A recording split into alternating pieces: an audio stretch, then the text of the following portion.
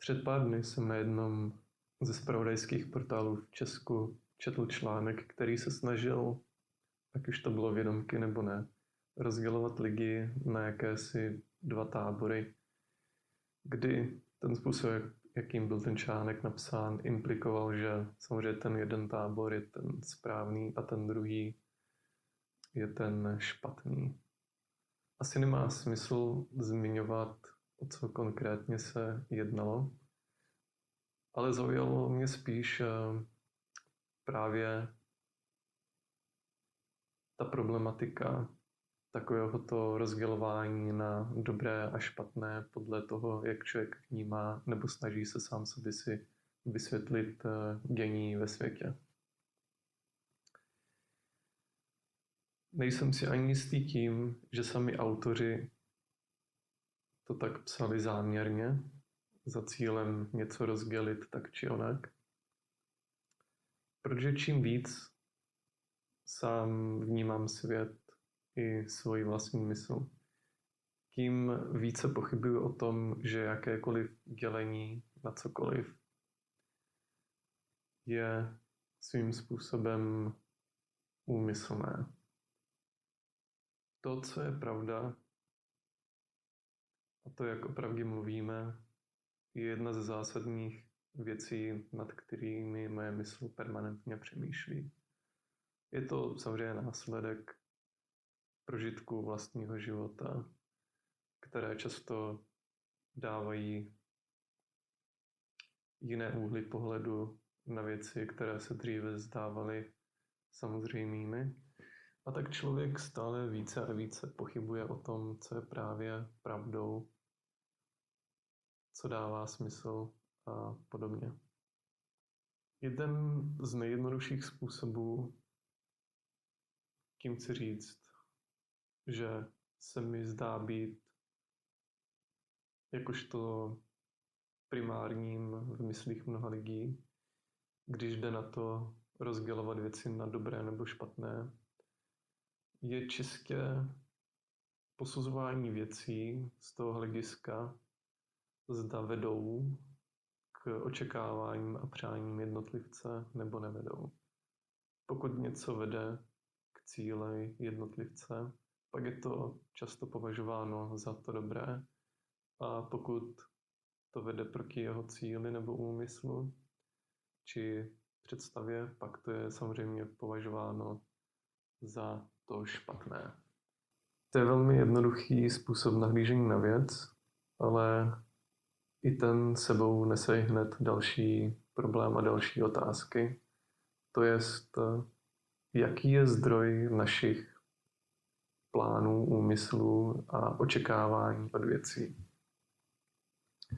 A připadá mi, že často si ani nejsme vědomi toho a nedokážeme ani říci, zda je něco naším vlastním cílem, úmyslem nebo přáním, nebo zda se jedná o pouhý program, který jsme převzali od společnosti, od druhých nebo od jakéhokoliv jiného místa. Už tady ty dvě jednoduché pointy docela vnáší stín pochybnosti na tom, zda lze něco nazvat dobrým a špatným, zda lze někoho označit za toho dobrého nebo špatného. Ale zároveň bych řekl, že zde nějaké rozhřešení existuje. Čím více hloubám ve své mysli a čím déle nahlížím na ten svět a jeho fungování, tím mi přijde jasnější, že je určitě nějaká pravda v tom, že tento náš svět, jak ho prožíváme, je dualistický. To jest, že smysl a význam lze něčemu přisoudit pouze v porovnání s něčím jiným. A je to základní vlastností tohoto světa, který prožíváme skrz naše smysly, že něco je nějaké nebo nějaké jiné. Samozřejmě prožitek v jakékoliv věci, ať už se tady dívám na nějakou rostlinu nebo z okna, je absolutně subjektivní a ty jeho objektivní popisy, které pak rádi používáme, jsou vlastně zcela abstraktní a jejich schopnost přenést ten subjektivní prožitek je extrémně omezená. Je to dáno čistě konstrukcí této reality, že se odehrává v čase a v prostoru. Takže když já se podívám tady na tu rostlinu, tak samozřejmě ji vidím jako nějakou konkrétní a absolutní v každém okamžiku. Neexistuje jediný člověk na světě, který by se mohl na tu rostlinu podívat a vidět ji a vnímat ji přesně stejně, jako ji vnímám já. Ať už kvůli tomu, že nemůže se na ní dívat doslova ze stejného úhlu pohledu jako já, pokud si já nesednu jinam a on si nesedne místo mě. A ten samý člověk bude samozřejmě jinak vysoký, mít jinačí oči, i jeho mozek bude trochu jinak nastavený, takže nikdy neuvidí přesně to, co já.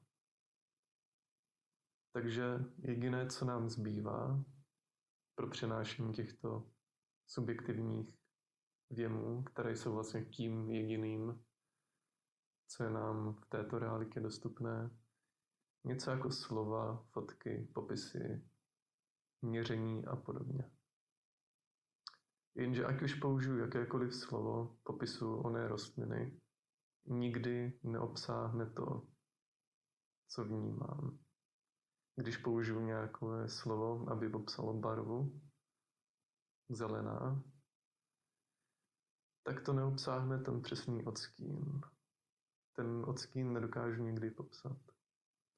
Mohu použít jméno té rostliny, která dá nějakou představu o tom, na co koukám, ale musel bych použít doslova tisíce nebo miliony slov, abych tu rostlinu popsal nějak přesně.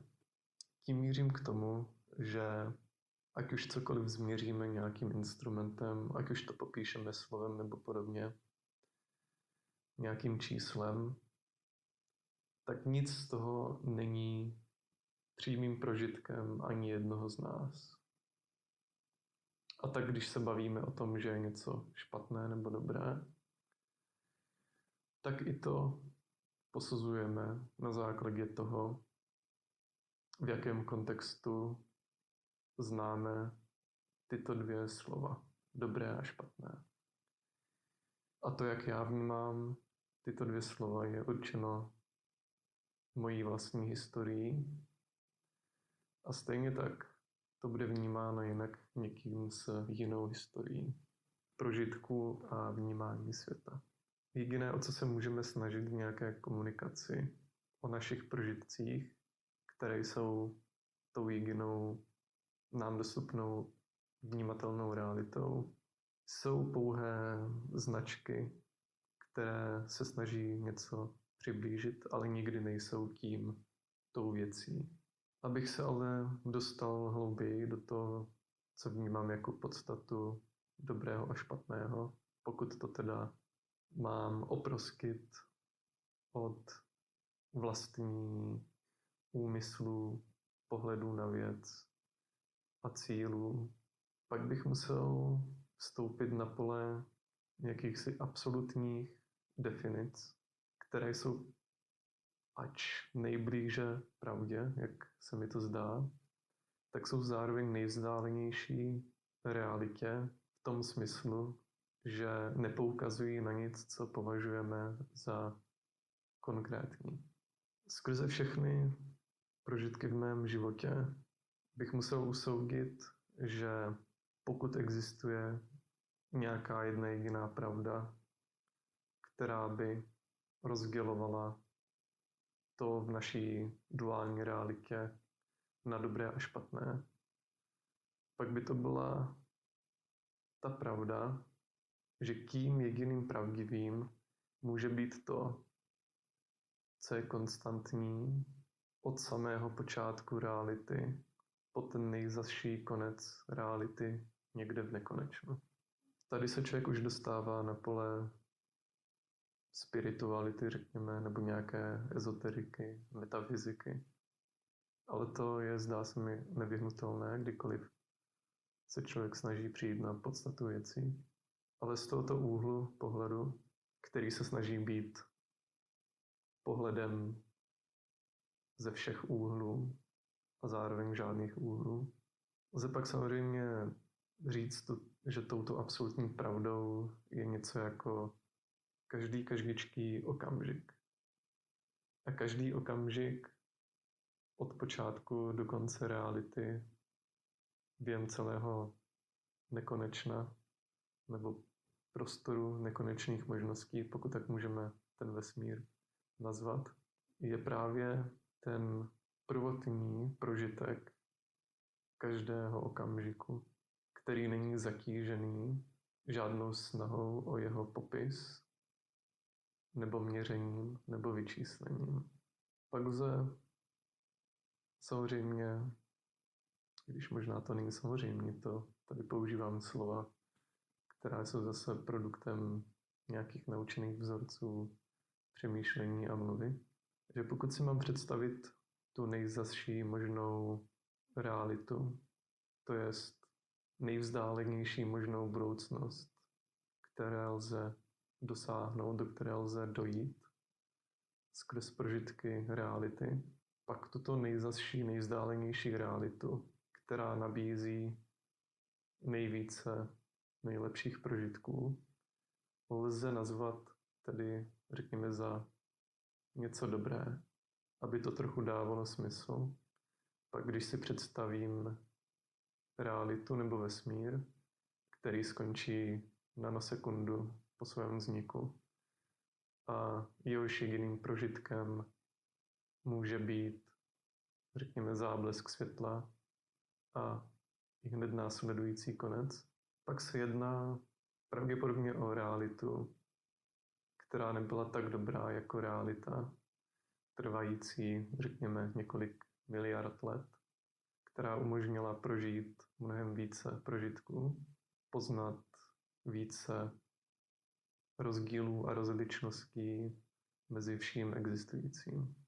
V takovéto delší realitě samozřejmě lze nahlížet na nějaké cesty k jejímu konci za horší či lepší, kdy by si člověk mohl zadefinovat, že pokud nějaká realita skončí tím, že tady na této planetě dojde k absolutní destrukci všeho, tudíž, že by třeba zítra mohla skončit schopnost našeho prožitku světa čehokoliv v naprostém utrpení všech, že v tom případě se jedná o realitu, která je horší než ta realita, která bude pokračovat tak, že někde tady najdeme cestičku do budoucnosti, kde bude ubývat válek, utrpení jednotlivců, až do nějakého bodu, který končí něčím, co by šlo nazvat poznáním všeho v absolutní jednotě. A pokud bych teda měl definovat za dobré tuto jednu cestu, která vede až do toho nejzazšího bodu, kdy tato cesta je od začátku reality až do jejího konce spojitá, to jest navazující na sebe, pak tato cestička by právě byla definována za absolutní pravdu a za to dobré. Tudíž by už v tomto absolutním pohledu, obsahujícím vše, nebylo rozdílu mezi pravdou a tím dobrým, kdy tou pravdou a tím dobrým by ani tak nebyly ty jednotlivé body nebo fakta, čísla, slova, kterými šlo popsat každý ten bod vedoucí do té nejzazší, nejlepší reality, ale byl by to nějaký ten proces, který umožňuje jít vždy o krok dál a dál a dál k nějakým lepším prožitkům. Tedy věci a způsoby jednání, které se zdají být absolutně faktické v tomto okamžiku, které produkují zdánlivě dobré výsledky pro někoho na nějakém místě na Zemi, nejsou pravdou, ale jsou pouhými fakty, útržky na té cestě. A tou jedinou pravdou by byla tato jediná cesta, která by byla definována spíše jako nějaký proces, ve kterém dochází k tomu, že právě nějaké ty dva aspekty reality, na které vše rozdělujeme, se v tomto jednom okamžiku spojí v jedno a pokračují dalším krokem dál. A když se na tento proces pravdy směřující do nejvzdálenější reality takto podívám, tak ho zároveň nelze nazvat ničím jiným než láskou. Protože, a to je definice, kterou používám já, takže v nějakém slovníku ji asi nelze najít. Lásku bych právě definoval jako to, co spojuje odlišné i přes existenci tohoto rozdílu a odlišnosti. A zde lze právě, pokud se chceme dobrat alespoň nějaké definici k tomu, co je dobré a špatné, odrazit. Kdy za to dobré lze považovat samozřejmě lásku, kdy absolutní láskou je to, že nemáme potřebu nebo nechceme dělat to, co je nám odlišné, stejným, jako jsme my, ale naopak i s tímto odlišným být spojeni a postupovat s tím do nejzazší možné budoucnosti, která sice na metafyzické úrovni potom vypadá jako jednolitý, zcela propojený celek, ale zároveň složený z absolutně odlišných věcí, manifestací myšlenek a podobně. Kdy ten opačný proces, to je snaha o dělání všechno stejným, jako jsme my, snaha o rozdělování se, odpojování se od toho, co není stejné jako my, nebo snaha o ničení, anihilaci toho, co je jiné, by šlo nazvat tím špatným. Tento proces samozřejmě metafyzicky má téměř ten samý efekt, protože pokud odstraníme vše odlišné do té doby, než zůstane jedno jediné, zcela homogenní, vypadá skoro podobně jako ten druhý výsledek. Vše je jednotou, akorát jedna jednota je vesměs jednoduchá a neobsahuje téměř nic, není v ní žádného rozdílu, a druhá jednota se skrz své absolutní propojení zdá být také homogenní, ale zároveň v ní existuje rozdíl, který ale není považovaný za zdroj něčeho špatného. A pokud bych se měl teda na tu realitu, na ten vesmír, který prožíváme, dívat z tohoto úhlu pohledu, jakožto mající v ideálním případě nějaký směr definovaný láskou a snahou o propojení, pak taková ta realita by začínala v bodě, kde by všechno bylo stejné a mělo snahu pro naplnění svého cíle jednoty zcela propojené v odlišnosti, hledat a prozkoumávat právě všechny rozdíly a potenciály bytí, které lze manifestovat.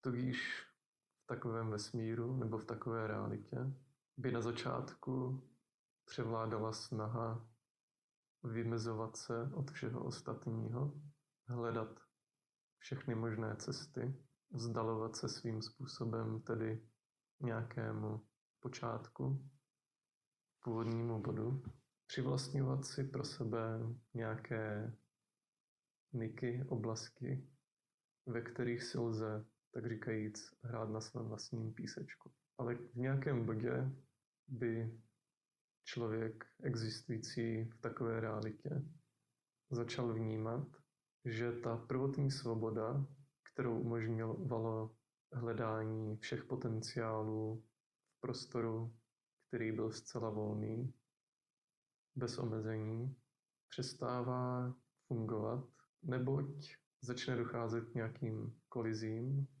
a rozporům o to, jak má být tohoto prostoru pro manifestaci reality využíváno.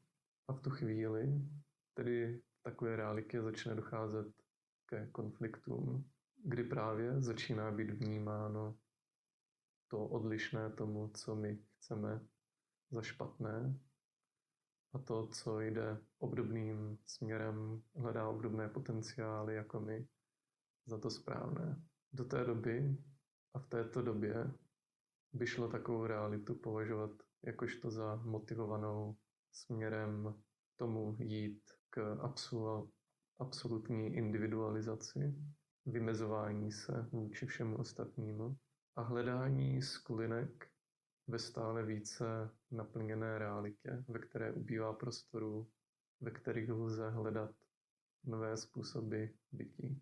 V tomto už přeplněném prostoru pak musí vzniknout něco, co by šlo nazvat egem, které by šlo nazvat na další úrovni programem, jehož funkcí je prosazovat své zájmy na úkor zájmu druhých. Jehož úkolem je ochraňovat své představy o tom, co má být v realitě manifestováno a pokračovat v nastavené trajektorii, která byla právě definována onou expanzí z jednoho bodu a maximální individualizací a odpojování se od všeho ostatního. Ale je to právě v tomto bodě, kdy začne být patrné skrze prožitek této kompetitivní reality, že musí být nacházeny způsoby, kterými lze pokračovat dál do nějaké vzdálenější reality, které nezáleží na hledání a uzmutí ještě neobsazeného prostoru potenciálu, ale kde je nutná nějaká kooperace, to jest konektivita a spojování se k nějakým dalším cílům. Na nějaké emocionální úrovni bych pak popsal, že ta akce ega je založená na strachu, paradoxně strachu ze všeho, co není stejné jako já, zatímco ten proces jdoucí k té konektivitě je poté spojen s tou emocí lásky. Tudíž v takovéto realitě, o které bych řekl, že ji prožíváme, musí přijít nějaký bod, kdy převažující motivací k činům a ve směrování do budoucnosti přestane být strach a ego, ale něco jako láska. Samozřejmě to zní docela jednoduše, ale zároveň bych řekl, že přestože by mohlo jít celou realitu, veškeré dění třeba v tuhle chvíli na Zemi nazvat za existující v tom či onom módu jednání a bytí, tak to tak nelze říci, respektive to tak nelze zcela jednoduše vnímat, protože bych si dokázal a povážil tvrdit, že jsou právě místa na Zemi, skupiny lidí, jednotlivci, kdy každý se na tomto spektru motivace svého jednání nachází na úplně jiném místě, kdy je klíčový je to slovo spektrum, kde opět narážím na začátek tady toho mého povídání, kde jsem mluvil o dualitě a na binární rozdělování na to dobré a na to špatné.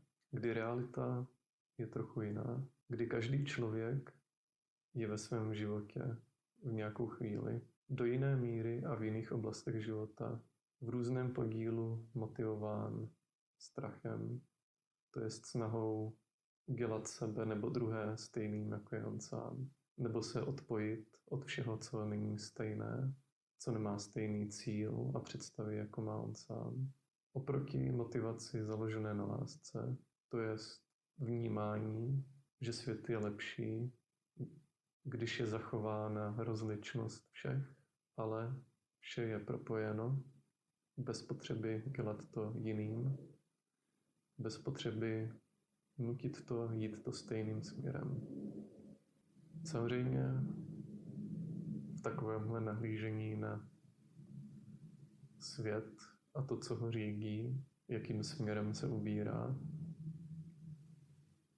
lze ale předpokládat, nebo aspoň já to předpokládám, že s tím, jak každý člověk postupně prozkoumává více možných způsobů bytí a jednání v tomto světě, každý postupně zlepšuje ten svůj radar, ten svůj kompas, který mu ukazuje, že vlastně ve světě řízeném láskou je ten směr, kterým se každý ubírá, v podstatě ten stejný. Až to může znít paradoxně, tak mi to paradoxní nepřipadá. Aby to dávalo možná trochu větší smysl. Možná bych se mohl zatáhnout v dnešní době docela populární způsob nahlížení na svět, který právě říká, že vše je čistě o interpretaci jednotlivce a neexistuje nic dobrého a špatného. Nelze udělat nic dobrého a nic špatného, což svým způsobem je právě nějaký ten čase omezený fakt. Neboť když akceptujeme alespoň tento předpoklad nějakého vývoje reality, který lze nazvat dobrým, pokud ta realita může dojít do nějakého nejzazšího bodu, který je nejlepším prožitkem pro všechny zúčastněné. Pak pokud bychom všichni jednali zcela náhodně, bez jakéhokoliv směru, motivování, ať už tím, co vnímáme jako lásku nebo strach, pak by právě jsme žili v realitě, která by ani nemohla nikam směřovat, neboť by nevyhnutelně, alespoň na některých místech, v nějakých koucích reality, jednali lidé zcela destruktivním způsobem, který ničí je samotné, který ničí kolektiv kolem nich, který je odřezává od všeho ostatního. Zatímco jsou způsoby bytí, které toto nedělají. Tato snaha nebo tato fáze vývoje člověka, společnosti, která je definovaná nějakou atomizací, jednáním, které je považováno za ani dobré, ani špatné, neboť na ničem nezáleží, tak tato fáze jednání tak v kontextu všech věcí není špatná, neboť v skutku vede skrze vlastní prožitky k poznání, že existují takové způsoby bytí a jednání, které nevedou k lepšímu, ale k horšímu. To jest, které nevedou ke konci bytí, ale k rozšiřování bytí a jeho prohlubování. Tudíž tento rozpor, nebo naopak jeho neexistence, je opět pouze funkcí toho, z jakého bodu a z jakého kontextu je na celý proces nahlíženo.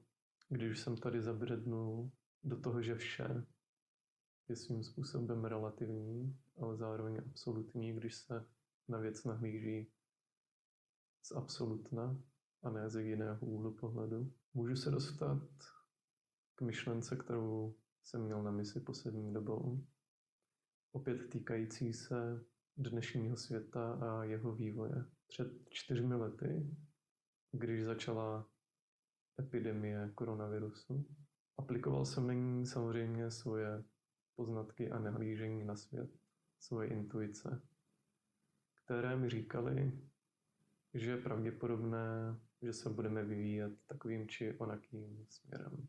Že právě skrz to, jak funguje lidské ego a mysl, je pravděpodobné, že se budeme přibližovat nějaké společnosti, která bude více a více rozdělována a v níž bude potřeba existence větší kontroly nad vším, nad akcemi a chováním jednotlivců.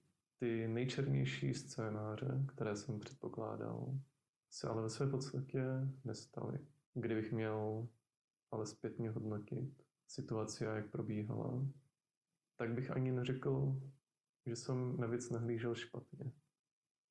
Pouze se ukázalo, že množství strachu mezi lidmi není dostatečné na to, aby ty nejhorší scénáře mohly proběhnout. A přišlo mi, že tam ale ten rozdíl nebo podíl v motivacích lidí byl velmi těsný na to, aby se ten špatný scénář mohl odvíjet. Chvíli na to začala válka na Ukrajině, kterou jsem opět vnímal jakožto záminku pro tu obecnou motivaci strachem a jednání na základě ega, jakožto spouštěč dalších procesů, které mohly snadno vést třeba ke třetí světové válce a podobně.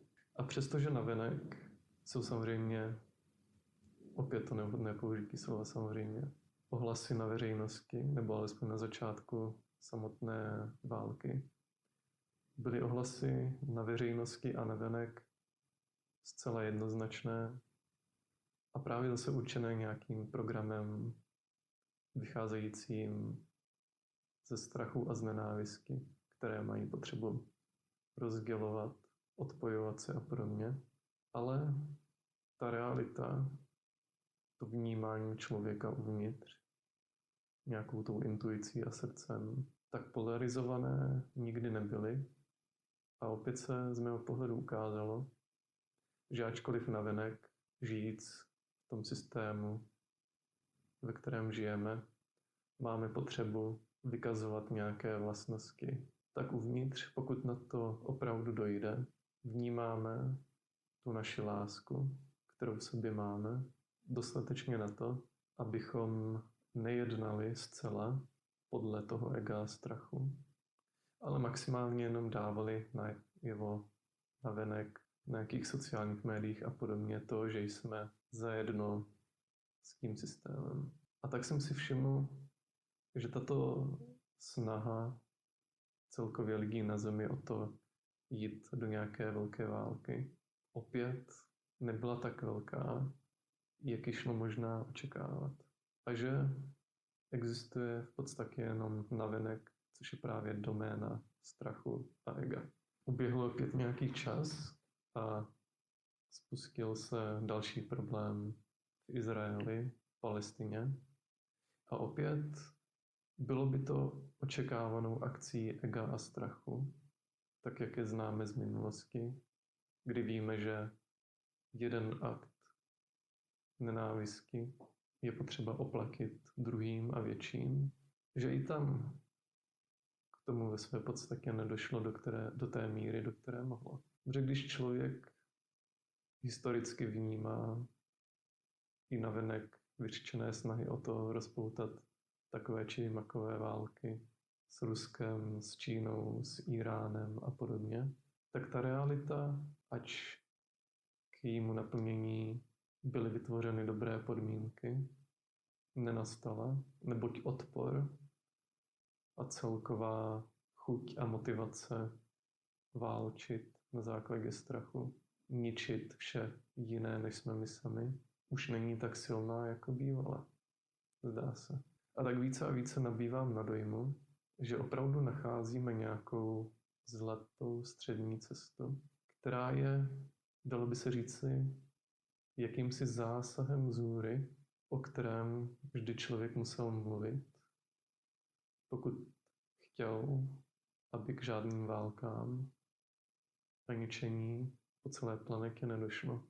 Já sám i v mém okolí jsem měl pocit, že tento zásah z hůry, ve který jsem věřil, že je nezbytný, by měl podobu něčeho externího, nějaké události, něčeho postaveného mimo nás samotné, co by dění a směřování událostí změnilo. Ale uvědomil jsem si, že pokud se například za 5 let, za 10 let ocitneme v realitě, kdy vlastně absolutně k ničemu nedošlo, kdy nebyla žádná válka, kdy nebyla vytvořena žádná totalitní společnost po celé zemi, že to je vlastně o ním zásahem zůvry, který má podobu toho nejvíc nepředstavitelného.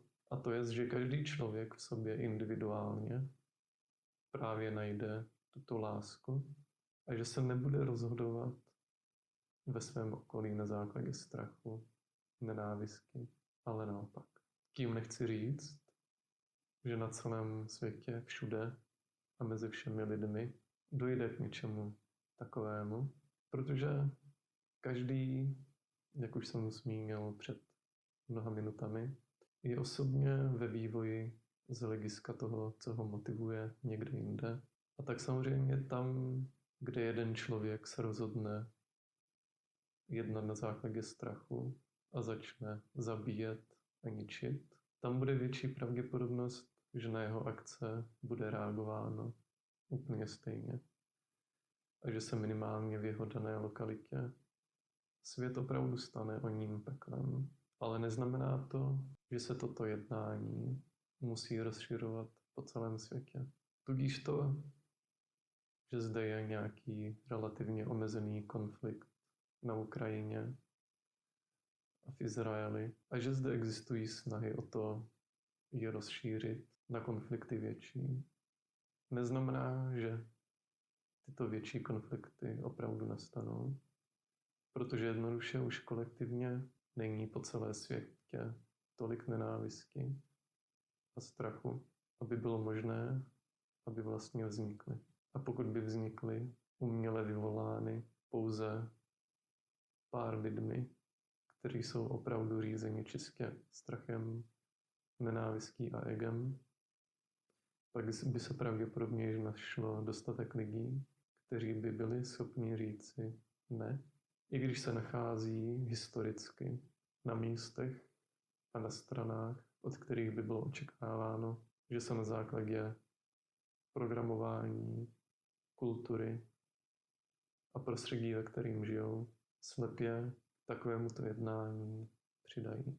Je to totiž akcí ega a strachu nahlížet na budoucnost stejně jako na minulost. A právě když se podíváme na ty konflikty, které dnes na světě existují, lze vidět, že každá strana obhajuje pokračování v násilí vždy tím, že druhá strana byla tím, kdo byl násilný předtím nebo jako první. A pokud bychom se dostali dostatečně daleko do minulosti, jednu křivdu po druhé, zjistili bychom, že nikdo už neví, kde byl počátek toho konfliktu. Ale všichni stále se trvávají v nahlížení na svět, jakožto na oplácení jedné křivdy za druhou. Ale, a to je podle mě právě ten proces poznání toho, co je tím dobrým směrem, když mám dojem při dívání se právě na to oplácení jedné křivdy za druhou, že jedna strana je vždy trochu umírněnější než ta druhá. A to mi dává právě naději, že tam dochází k nějakému uvědomování si toho, že nelze jít do nekonečna tím směrem odpojování se a vymezování se vůči tomu druhému, zdánlivému nepříteli, jakožto ke svému opaku, tedy k tomu, co je špatné. A je tomu nezbytně tak. A je tomu tak, že každé ego, každá identita založená na historii a na tom, co byla, se právě dokáže definovat pouze jakožto opak něčeho jiného. Ale dokud se my sami sebe vnímáme jakožto ne ti druzí, vytváříme právě onu půdu pro konflikty. A kdykoliv osočujeme jednoho za toho špatného na základě toho, že není stejným, jako jsme my, vrháme oba z nás do té samé propasti a stavíme se na stranu násilníka.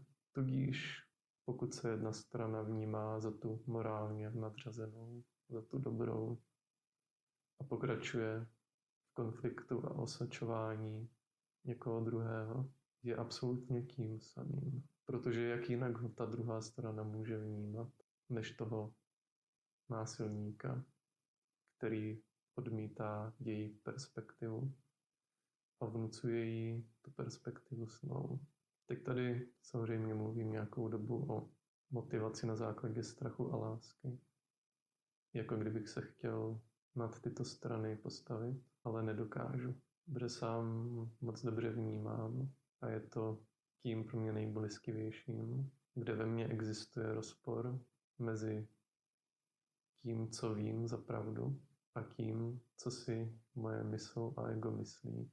Ať už jsem to zmiňoval nebo ne, jsou to právě myšlenky na to téma, co poslední dobou nejvíce v sobě hledám, řeším, neboť v sobě vnímám jeden konflikt převyšující všechny ostatní a snad se jedná o poslední konflikt v sobě samém, kterého si jsem vědom.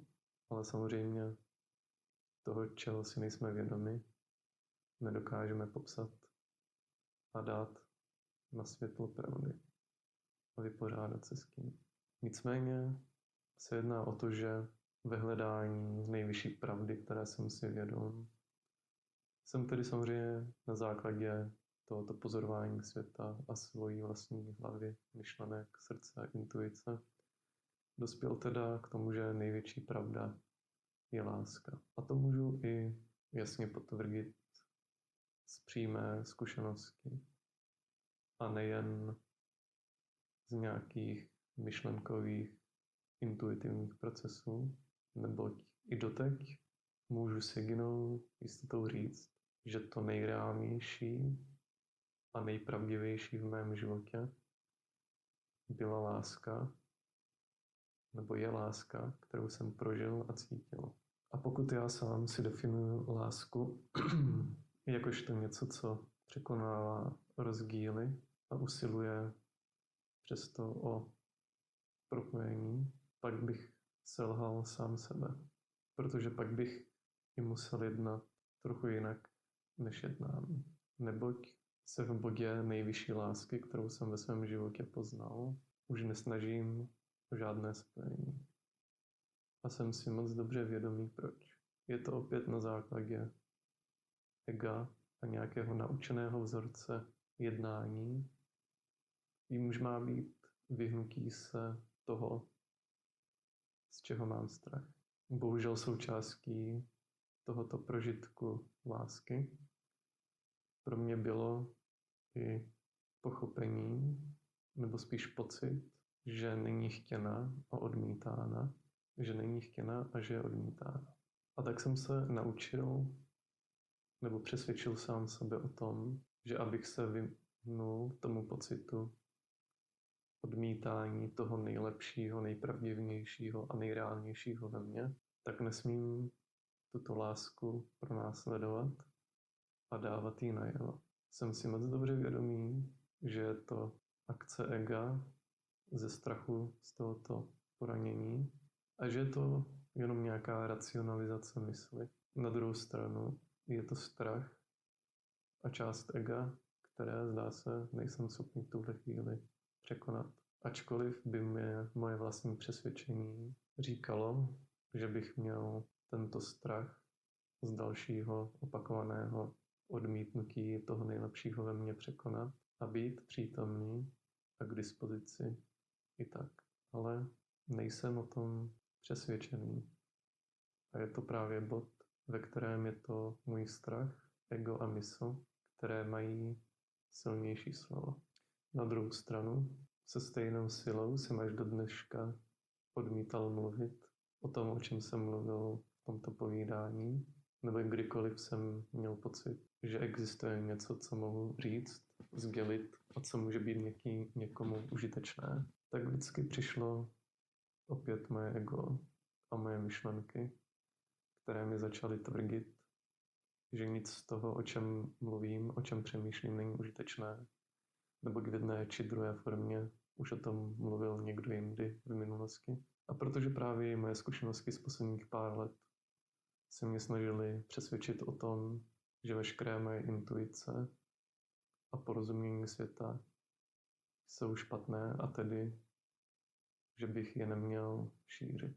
I přesto, že je to právě tento aspekt mě, toto nahlížení na svět, na fungování mysli, které byly vždy tím, co jsem intuitivně ve svém vlastním prožitku reality a života vnímal jako to nejpravdivější, nejreálnější a nejbližší tomu, kým opravdu jsem. To je člověk, který přemýšlí nad tímto a který miluje, který ale nedostal ještě v životě jakousi pozitivní zpětnou vazbu o tom, že je cokoliv z toho chtěno. Kdy, alespoň tak, jak to vnímám já, jediné pozitivní vazby, které jsem v životě dostal ze světa, z vnějšího světa, se týkaly právě čistě mechanistických procesů, toho vyčíslitelného, toho, kde lze definovat nějakou užitečnost někomu nebo něčemu skrze čísla, což je paradoxně to, proti čemu se moje intuice nejvíce vyhrazuje. A to, co je zdrojem největšího nepochopení, které v sobě mám, to jest, proč je vše, co vnímám jako nejhlubší pravdy, nejméně chtěno a váženo tímto světem. Proč není to, co vnímám jako pravdu, manifestováno za pravdu i v běžném životě. A to je právě důvod, zdroj největších pochybností o mě samém, kvůli kterému jsem vždy i odmítal tyto své nejhlubší poznatky s kýmkoliv sdílet. Je snad možné, že všechny ty myšlenky, které jsem přednesl, byť v velmi osekané formě, jsou opět jenom snahou mojí racionální mysli odůvodnit si, že je něco špatně mimo mě, zatímco co to uvnitř mě je správně, ale do takovéto hlubiny své mysli opravdu nedokážu vidět. Ať už je to tím, že se tomu brání ego, tomuto pochopení, nebo tím, že člověk doslova hledá něco, co neexistuje. A zdá se, že jediným rozhřešením těchto pochybností o tom, co je pravda, zda člověk vidí cokoliv správně, je právě toto.